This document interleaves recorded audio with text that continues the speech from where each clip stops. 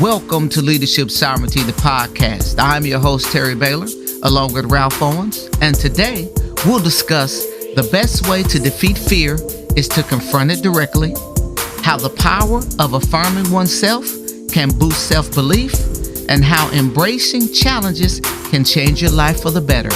Enjoy the show. All righty, so let's move on to the next topic here.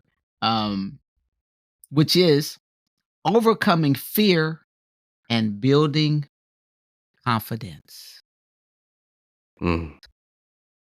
Confront your fears. Better emphasizes the importance of facing your fears head on. You can build resilience and self-assurance by taking on challenges and pushing yourself outside your comfort zone. When you hear that, Ralph, what does that bring up for you? The best way I've heard this articulated was the only way to beat fear is to go through it. Hiding from it, um, you know, being scared of it, um, being timid around it, that never defeats fear. The only thing that defeats fear is doing it. Right. So we have a family member, a cousin of ours who had a fear on getting on cruise ships. Right. Some people, that's just what they do. They have a fear on getting on cruise ships. And we convinced her to go on a cruise with us. Right. Now, this person is, older than 30, and she's getting a chance to really try this out for the first time for herself. Since that day, she's probably gone on 7 cruises after that. Right. The initial fear, that stops us is completely destroyed once we run through it and do the very thing that we are scared to do. Right. That's the only way that you defeat fear, is to run through it. It's not to run away from it. So, but the powerful thing about that is once you run through it, once you run to whatever it is that's causing you to be afraid, and you actually do it, you establish this trust inside of yourself that, oh man, I can do this. I can do anything. Right. But fear is false evidence appearing real. That's an acronym that I've heard before about fear. But fear is the only way to defeat fear is to go through it and to face it head on. You can't run away from it. I mean, Terry, I know you've always been a coach, and you always led people, who may have had fears about what they think they couldn't do, and help them to achieve those things. I mean, what does that bring to mind for you? Man, that's really good. Great story, by the way. You know, fear is an interesting thing in that most times it is all fantasy, Hmm. right? It's something that you're perceiving, or something that you're creating, right? It Hmm. hasn't really manifested itself, right? It's an idea that we've accepted, Hmm. and then we That's good. begin to act upon that idea. Hmm. And so why is this important to selling? It's because what you what the words that we speak are indicators of what's in our soul, what's in our Mm. gut, what's in our stomach, That's good. right? And so, but here's the thing, what generates the words we speak? The things we think Hmm. generate the words we say about ourselves. So Hmm. again, I'm going back to the quad, the book, and that's by Robert Kiyosaki, right? Cash Flow Quadrant. And I'm gonna go here with somewhere here with this story too, and be like super duper transparent as well. And so he said, the mirror reflects more than just the image that we see, but it reflects the thoughts we have about ourselves, right? Mm. So I often do, and I want to challenge everyone to do this. This is a great exercise, and it's something that I've encouraged my boys to do and my daughter.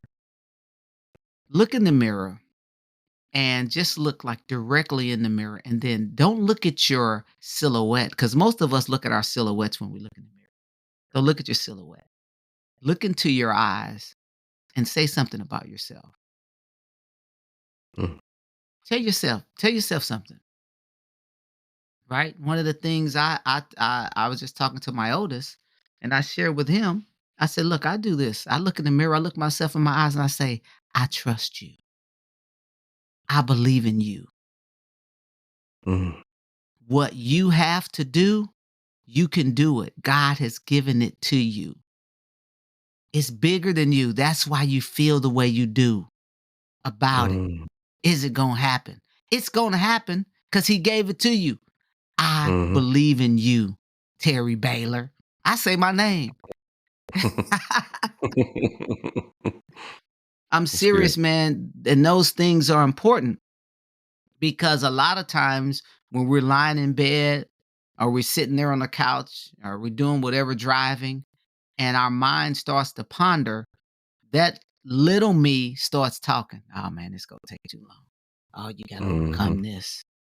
Oh, mm, you gotta get this done tomorrow by this day.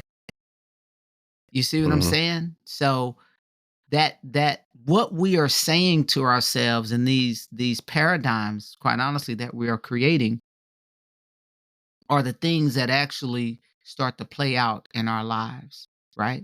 Again, I can't get away from it, man. Out of the abundance of the heart, the mouth speaks, yep, right? So what we're practicing, what we're telling ourselves, it matters. And again, when you're in front of your teams at work, when you're in front of your family, when you're in front of your wife, when you're in front of your coworkers, right? When you have to present at that meeting, everything that's being playing out in your thought life is going to play out in those significant moments. mm, Guys, so true. I am amazed that Terry Baylor is on a podcast. Why is that? As a kid, man, I stuttered like extremely bad.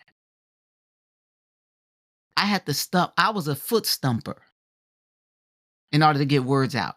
That's how bad it was. Hate Mm, reading. I hated to read out loud in class. True story. We're class. I think it was the 10th grade at McClure High School. You guys from in St. Louis, you know, right there off 270. Still there. Go Comets. I'm in the record books, by the way. Just to let you know I'm in the record books. Anyway, so is my brother Marcus. He's on the Wall of Fame. I didn't make the Wall of Fame. He made the Wall of Fame. So anyway, shout out to Marcus. Love you, bro. And I'll never forget it. I'm reading and you know, I, the teacher was doing her best, right? Because I don't, she didn't want to not put me in a position to read because then it um, you know, further, maybe pushes me back or,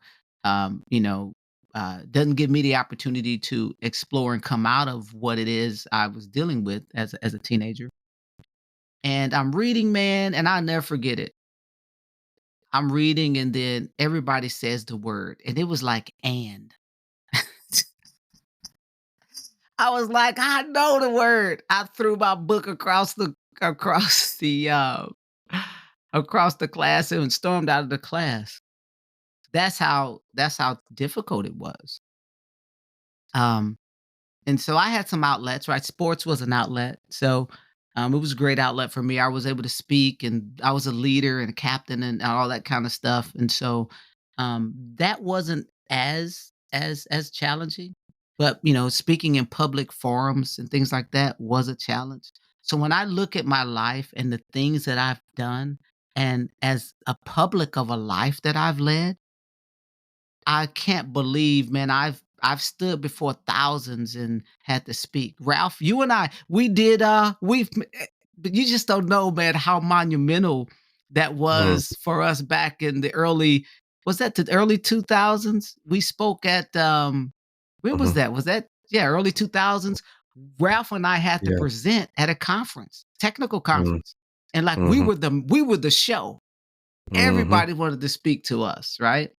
Yeah. And Ralph, you took pictures of that moment, but Mhm. that was an amazing, monumental moment in my life because I'm thinking, wow, I was the kid that couldn't really stand in front of audiences. And so, Mhm. to your point, Ralph, head on with fear. I think sports gave me the energy I think I needed and the confidence to continue to pursue those kind of things. But Mhm. every time going into it, the reason I bring it up is there is that little voice wants to talk. Even when we do the podcast, the Mhm. little Mhm. voice wants to say, hey, people gonna be listening to you. So Right. so don't stutter. Well, I Mhm. don't care if I stutter. Mhm. If I stutter, I stutter. So I so not allowing the fear or the potential that I might stutter Mhm. be an inhibitant from moving forward, Yeah. right? And so that's why I shared their story. Okay, so what if it does happen?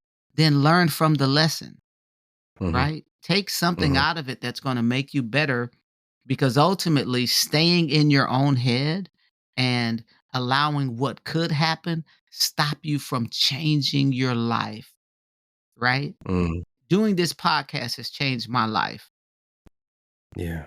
simply because of the information that we get. I get the same information back, right? And it's Mhm. helping Mhm. me every day at work, helping me Mhm. every day as I pursue my dreams and goals as an entrepreneur, Yeah. right? So, to Ralph's point, fear, cross over the tracks, man.